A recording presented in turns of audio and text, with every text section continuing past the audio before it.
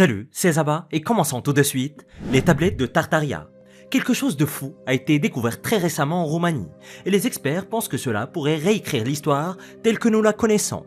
Une série de tablettes a été extraite d'une tombe datant de 5300 avant notre ère. Ces tablettes sont remarquables car elles sont couvertes de ce qui semble être des lettres d'un ancien alphabet, potentiellement le plus ancien alphabet sur Terre. Oui, encore plus ancien que le cunéiforme des Mésopotamiens.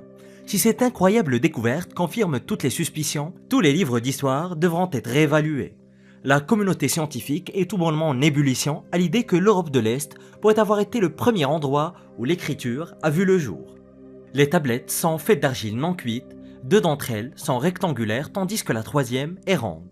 Elles sont relativement petites, avec la tablette ronde mesurant environ 6,3 cm de diamètre. Une seule face de chaque tablette est gravée, et les symboles varient de forme abstraite à ce qui semble être des représentations d'animaux ou de plantes. Et jusqu'à la découverte des tablettes, les Sumériens étaient crédités d'avoir inventé la toute première forme d'écriture en 3500 avant notre ère. Bien que pour être tout à fait précis, les Sumériens sont toujours les responsables de l'invention de l'écriture jusqu'à présent. Les tablettes européennes sont plongées dans la controverse. Elles ne sont pas une nouvelle découverte, mais elles ont été excavées dans une tombe sur le site archéologique de Tartaria en 1961 par un certain Nicolae Vlaza. Lui et d'autres archéologues du Musée national d'histoire de Transylvanie ont mis au jour des squelettes humains, des preuves d'activité préhistorique et 3 tablettes d'argile. Tartaria et les tablettes ont été liées à la culture de Turdas Vinca, un groupe néolithique dont les scientifiques ne savent pas vraiment grand-chose. Ils vivaient dans des communautés éparpillées à travers la Hongrie, la Bulgarie, la Serbie et enfin la Roumanie. Sur le site de Tartaria, toutes les preuves indiquaient une communauté néolithique utilisant cet endroit comme cimetière. Les chercheurs ont trouvé des figurines en pierre, un bracelet fait de coquillages et des ossements brûlés. Il ne fait aucun doute que c'était un véritable site de l'âge de pierre et que tous les artefacts trouvés sont authentiques. Mais si tout est légitime, pourquoi y a-t-il tant de controverses autour des 3 tablettes d'argile ? Eh bien, parce qu'elles datent de 2000 ans avant les premières écritures en Mésopotamie. Les scientifiques ne peuvent tout simplement pas l'accepter. Et ce n'est pas la seule raison. Les plus anciennes inscriptions sur tablettes en Mésopotamie proviennent d'Uruk et de Eridu, datant d'environ 3300 ans avant l'ère commune. La culture de Turdas Vinca avait déjà disparu en 3300 avant l'ère commune. La culture est même disparue 400 ans avant cela, pour des raisons inconnues. Une fois qu'ils étaient partis, il semble que leur forme d'écriture ait disparu avec eux. La seule preuve que leur langage ait jamais existé se trouve inscrite sur ces 3 tablettes, si c'est bel et bien une forme d'écriture. Les scientifiques ne parviennent tout simplement pas à se mettre d'accord sur quoi que ce soit concernant ces artefacts. Les tablettes sont bel et bien plus anciennes que l'écriture cunéiforme inventée par les Sumériens et les hiéroglyphes égyptiens, mais n'ont jamais été déchiffrées. Les tablettes sont couvertes de petits symboles ressemblant à des lettres ainsi que des pictogrammes représentant des créatures cornues très étranges. S'agit-il donc vraiment d'une forme d'écriture ou bien seulement de dessin? Vous êtes libre d'essayer de les déchiffrer et de voir si vous pouvez percer leur mystère. La structure la plus mystérieuse d'Égypte. Quelle est la structure la plus mystérieuse de l'Égypte antique? Je sais, il y en a des tonnes, mais je suis sûr que la plupart ne connaissent pas celle-ci et ce qui la rend un véritable mystère. Cachée au plus profond du désert égyptien, une merveille souterraine défie toute explication. Cette structure mystérieuse est bien loin des pyramides iconiques. Bien sûr, les pyramides ne manquent pas d'intrigue. Personne ne sait vraiment à quoi elles servaient ou comment elles ont été bâties en premier lieu. Mais il existe un autre mystère que vous devriez connaître. Loin, à travers les sables du désert, ce mystère se trouve dans l'ancienne ville d'Abydos. Il s'agit d'un complexe souterrain que les archéologues peinent à comprendre depuis plus d'un siècle. Il s'appelle l'Osiraion, un nom qui semble à la fois mystique et puissant. Il y a quelques informations que vous devez connaître avant que les choses ne prennent une tournure vers le mystique. Abydos est tout bonnement l'une des plus anciennes villes connues d'Égypte ancienne et en effet du monde aussi. Elle abritait des temples, une nécropole royale et de profondes voûtes souterraines sous la ville. Et de nombreux temples des plus importants sont encore enfouis sous les bâtiments modernes qui dominent aujourd'hui le désert. Comme la ville antique a été enterrée par le monde moderne, les archéologues travaillent d'arrache-pied pour en révéler les secrets, littéralement en les déterrant. Et l'une de ces découvertes les plus étranges est l'Osiraion. C'est un temple différent de tous les autres temples de l'histoire égyptienne. L'Osiraion était déjà souterrain lorsqu'il a été bâti. Il a été taillé dans le roc d'Abydos et conçu pour être totalement différent des autres temples ornés qui définissent l'architecture égyptienne. Il était monolithique, immense avec une salle centrale entourée d'un fossé et flanquée de piliers gigantesques. Chacun de ces piliers a été taillé dans un seul bloc de granit rouge. Et pour ériger cette merveille, des matériaux auraient été transportés de tout l'empire égyptien. Certaines des pierres mégalithiques pèsent plus de 100 tonnes et l'ampleur du projet de construction surpasse tout ce qui se trouve à Abydos. Ensuite, il y a le mystère des inscriptions manquantes. Lorsque vous visitez l'Égypte et explorez ses ruines anciennes, il y a des inscriptions hiéroglyphiques et des fresques sur presque toutes les surfaces. Mais dans l'Osirréon, les murs sont nus. Il est très inhabituel qu'une structure aussi monumentale ait été laissée sans décoration. Il n'y avait même pas de statue à proprement parler. Sa taille et l'absence de décoration ont conduit à de nombreuses spéculations. Beaucoup d'experts pensent que l'Osirréon n'a pas vraiment été construit comme un temple ordinaire.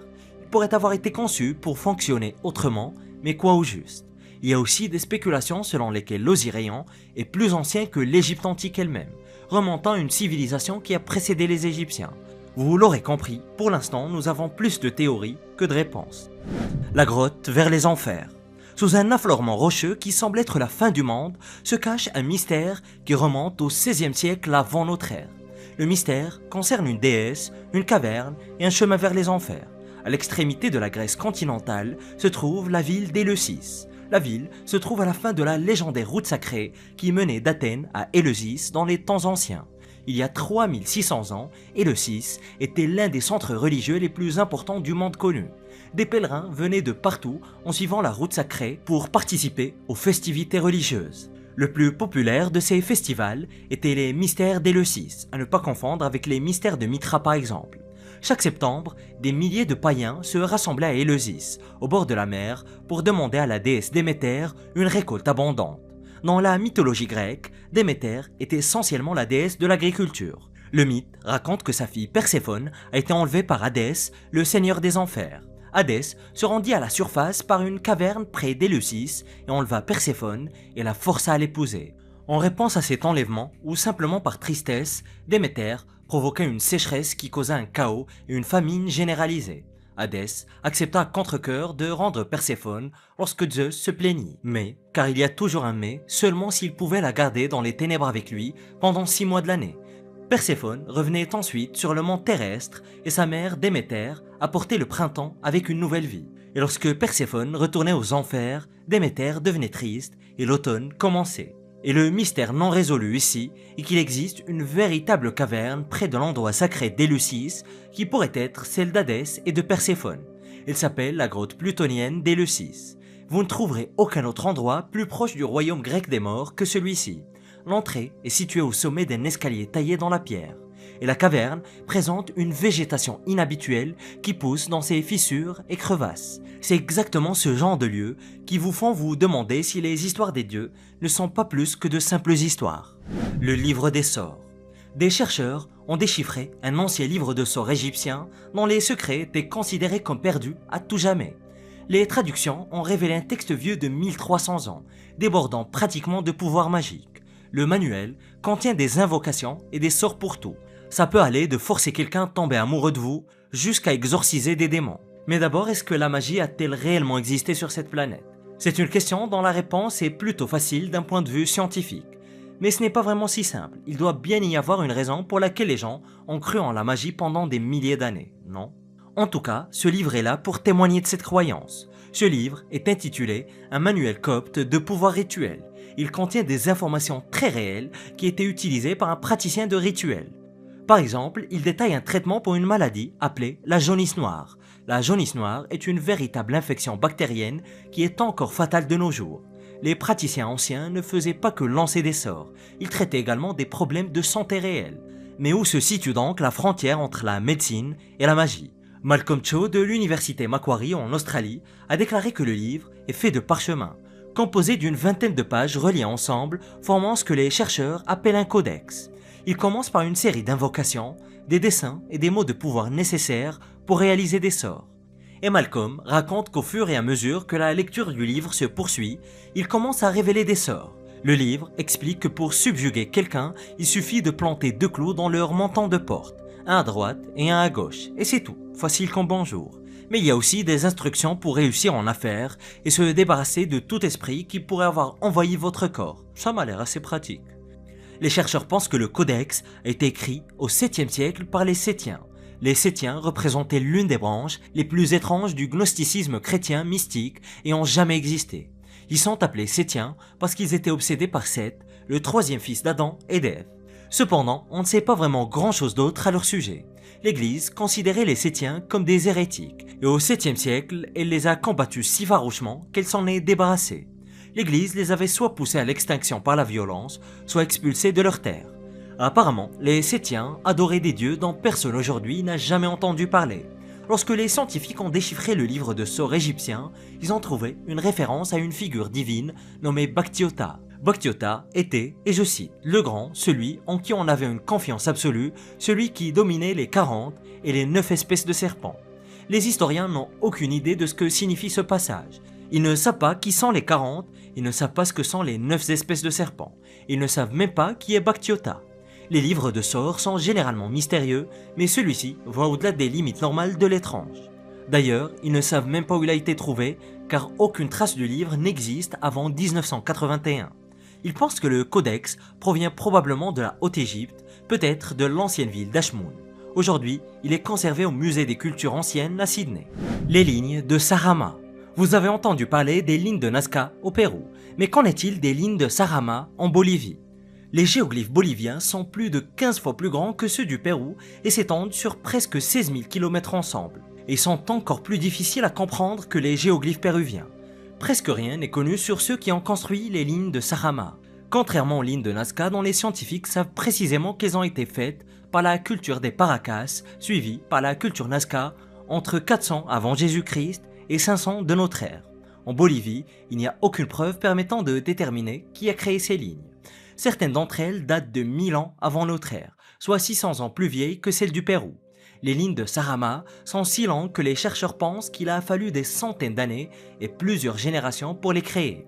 Leur méthode est un peu moins mystérieuse. L'ancienne culture n'avait pas besoin de technologies avancées ou de lasers de haute puissance. Ils grattaient tout simplement la couche supérieure et qui était plus sombre de roches et de terre du désert, révélant ainsi la surface plus claire en dessous. Si vous allez dans un coin poussiéreux de votre jardin et tracez une ligne avec un bâton dans la terre, c'est à peu près la même chose à une échelle microscopique. Cependant, certaines de ces lignes de Sarama mesurent plus de 16 km de longueur et elles traversent des obstacles naturels comme si elles avaient été tracées avec un puissant faisceau. Selon les scientifiques, les lignes de Sarama étaient probablement utilisées pour naviguer sur les routes de pèlerinage vers des sites anciens. C'est une manière moins directe de dire qu'elles étaient des routes. Il existe assez de preuves à l'appui de cette théorie. Le long des lignes, on retrouve les vestiges de sanctuaires et de tours funéraires. Et lorsque les missionnaires chrétiens sont arrivés en Bolivie, ils ont utilisé les lignes de Sarama comme des chemins reliant les nouvelles églises et chapelles qu'ils avaient construites. De plus, des chercheurs menés par Adam Burge ont montré que les lignes sont encore utilisées aujourd'hui même par le peuple Aymara. Mais combien de routes leur faut-il pour atteindre ces sites sacrés? Il y a des dizaines de lignes, et la plupart d'entre elles semblent ne mener à nulle part. Il se passe autre chose ici, mais les scientifiques ne peuvent tout simplement pas comprendre quoi. Mais comme toujours, si vous avez des théories, vous êtes les bienvenus en commentaire. L'Atlantide en Espagne. Depuis des siècles, les gens soupçonnent que l'Atlantide se trouve quelque part en Espagne. Et aujourd'hui, ils pourraient avoir raison. Les ruines englouties, qui correspondent à la légendaire cité perdue, ont été identifiées dans certaines zones marécageuses sur la côte sud de l'Espagne. Si ce n'est pas l'Atlantide, cela doit être une autre ville perdue dont personne n'a jamais entendu parler. Les écrits grecs antiques situent la ville engloutie dans la région générale, au-delà des piliers d'Hercule, c'est-à-dire quelque part entre l'Espagne et le Maroc. Mais des découvertes et des théories de ce genre ne sont pas vraiment ce qui manque. Certains sont même allés jusqu'à suggérer que l'Atlantide avait dérivé, d'autres pensent qu'elle se trouve aux Açores au Portugal, ou près de la Floride ou dans les Caraïbes.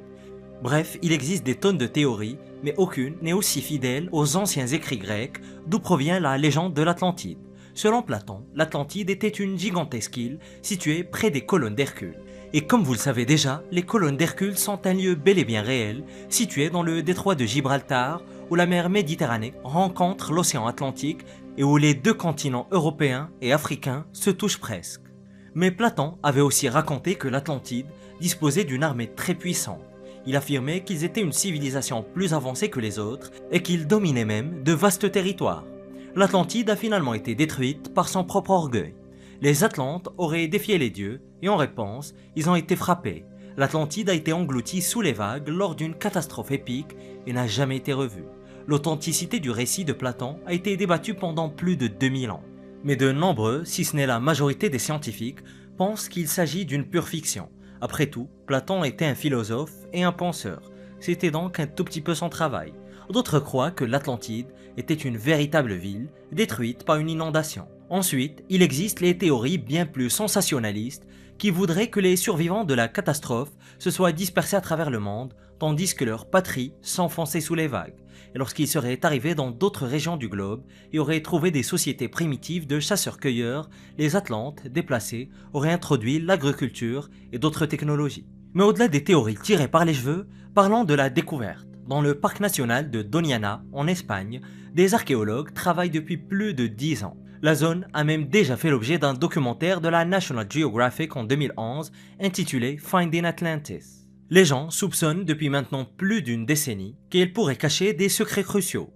Un groupe britannique a identifié des ruines enfouies sous les marécages qui pourraient être la véritable cité de l'Atlantide. Bruce Blackburn, PDG de Merlin Burrows, a déclaré que lui et son équipe ont utilisé des archives historiques et des données satellitaires pour localiser les sites archéologiques. Ils se sont servis des mêmes satellites qui fournissent les données pour Google Earth afin de scruter minutieusement le parc national en Espagne. Ils ont trouvé de grands cercles imprimés dans la terre qui pourraient avoir servi de base pour d'immenses tours anciennes. Ils ont également découvert les ruines d'un temple ainsi que les vestiges d'une muraille. Ils ont même identifié des signes montrant que la région a été frappée par un puissant tsunami qui a tout englouti sur son passage. Mais malgré tous ces faisceaux de preuves, tout le monde n'est pas vraiment convaincu. Certains experts ont exprimé des doutes, affirmant que ce que l'équipe britannique a découvert sont les ruines d'une culture totalement différente, mais reste à déterminer laquelle. L'équipe de Merlin Burrows a prélevé des échantillons du matériau qui ont été analysés et se sont révélés être un amalgame très proche d'un béton ancien fait par l'homme. Le béton a été envoyé dans un laboratoire en Italie et daté d'environ 12 000 ans. Les ruines en Espagne seraient donc même plus anciennes que Göbekli Tepe, selon les données de Merlin Burrows en tout cas. Et si ce ne sont pas les murs, les temples et les tours perdus de l'Atlantide, à qui pensez-vous qu'ils appartiennent? Une figure mystérieuse, une statue très importante, très particulière et très glauque a été découverte dans ce qui est sans doute l'un des sites les plus importants de la planète. Une statue d'un humanoïde masculin a été découverte dans l'un des plus anciens temples du monde. Il y a tellement d'informations juteuses à tirer de cette découverte que je ne sais même pas par où commencer. Mais commençons par la statue elle-même. Elle représente un homme qui tient son organe reproducteur à deux mains comme s'il essayait de s'enfuir. Et la statue mesure près de 2,5 mètres de haut, ce qui la rend plus grande que nature. Les chercheurs pensent qu'il pourrait s'agir du chef d'un groupe social, peut-être le chef d'un ancien clan. Elle pourrait également avoir été sculptée à l'image d'un ancien dieu de la fertilité. Les scientifiques ne le savent pas, mais Ted Banning de l'Université de Toronto a déclaré à Life Science que toute interprétation de la statue n'est que pure conjecture. Et d'accord, la statue est un tout petit peu, voire beaucoup troublante, mais elle est aussi extrêmement importante pour l'histoire de l'humanité. Elle a été trouvée dans un temple construit il y a 11 000 ans. Et le site de Karahan Tepe est plus ancien que les pyramides, plus ancien que Stonehenge et plus ancien que tout autre site humain complexe en dehors de la Turquie.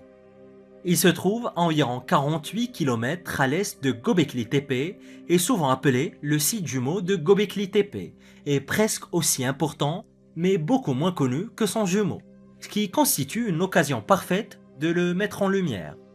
C'est un site très ancien dont les mystères semblent infinis et personne ne sait qui a construit le temple. Et personne ne sait également qui a sculpté cette statue qui est très inhabituelle.